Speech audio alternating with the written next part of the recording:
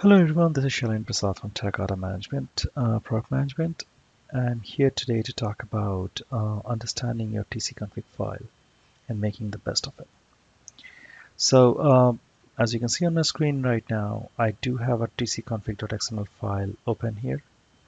The first line which is highlighted is just a general XML config construct. And then you have a bunch of namespaces which are being defined here. These are the ones which are being used in this configuration file.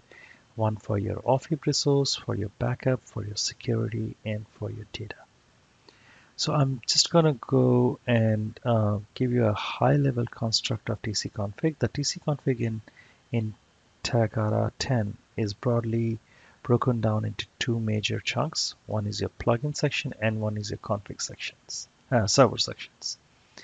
Within the plugin section, you have two main configuration which are mandatory to be defined. One config for your off-heap resource with minimum one off-heap resource to be defined there, which means that it's an in-memory data management solution. So you need to tell every resource which you're creating, a cache manager or a data set, where am I going to create that? It's almost like a table space in your database world, right? So this is your allocation of memory across the stripes, across the server. It's not per node or something. It's across your entire logical memory space, which is available on your TSA. And I say, from that memory space, carve out 2 gig and name it as off-heap1. In this case, I have created two of them, off-heap1 and off-heap2, 1024 for off-heap2 and 2048 for off-heap1. So at least one of them is a mandatory, and this configuration is required in order to make sure your TC server starts, the Terracotta server node starts. Then you have the other configuration block, which is your data directories. Here, only platform persistence. This data directory is for your providing persistence to your Terracotta server. The only thing which is mandatory here is platform persistence, which actually gives persistence to your server state, your clusters, not server state, cluster state, your server metadata information, stuff like that. So you have to specify your platform persistence directory. And the way you do it is you create a data directory, call it whatever you want, make sure you have this as true, and specify a path. If you specify any path which is relative, it will be resolved from the location of the configuration file. Okay. These two are optional. These are for your data persistence. So if you want your caches to be persisted, you can specify a data root. Make sure you say it as false.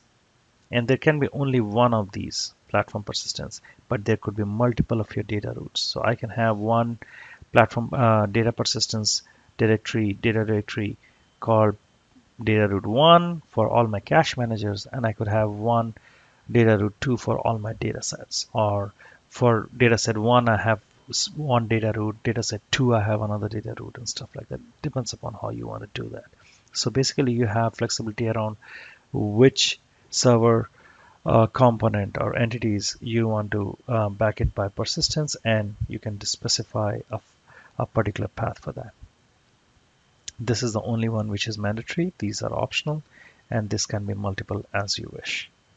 That's about the two configurations within the plugin: off-heap resource configuration and your data directory configuration for your persistence.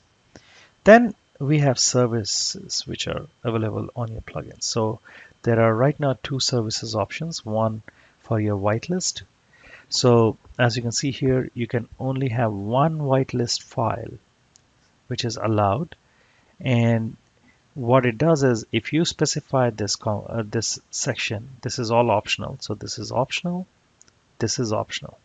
So if you specify this whitelist block here, and specify a whitelist.txt file, then whatever IP addresses which are listed there are the only IP addresses which are allowed to be communicating with the server. So it won't accept any request coming in from any other IP address other than the one which I've mentioned here in the whitelist file. Then you have your backup and restore service, which is giving you a path which is providing you, this is where you provide a configuration to your backup directory. So whatever, there's a backup utility. So when you run that utility, it is going to write to this location. Optional, you don't have to do that. So now you see that we have config for offheap, config for data directory, we have service security, and then we have service for backup and restore. So all these config and service forms your plugin. Then we have servers. Now servers are exactly like big memory used to have. So you have your actives and you have your passives. The only difference, and very important difference, is you don't have mirror groups. You have a server. This is the default. You need to have at least one server configuration in your TCConfig, right? And this block adds resiliency. It provides you high availability. So what happens is if you start server 1.1 and 1.2 both, whichever is started first will become an active, and the second one will become a passive in case of a failure that will take over. A bit of information about your server config. You have logs. This is your path to your log directory. In case of an absolute relative path, it will be resolved from the location of your configuration file. Then you have your port for that particular node. In this case, I have specified 9410. I want to tell you that the default port is also 9410. So in case if I do this, the server is still going to behave and start exactly the same way it would have if I have uncommented it. The TSA port are the port which are used for communicating between the client and the servers. And then you have your group port, which are used for your server to server communication. The default group port is 9430. So again, same thing applies. I could have just done this and the server would start just as if when it is uncommented as well.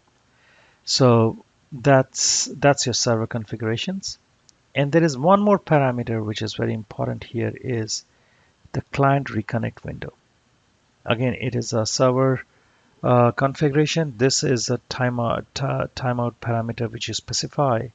So if the client get disconnected, then the window in which it needs to be reconnected in order to uh, join as a same client is 120 seconds.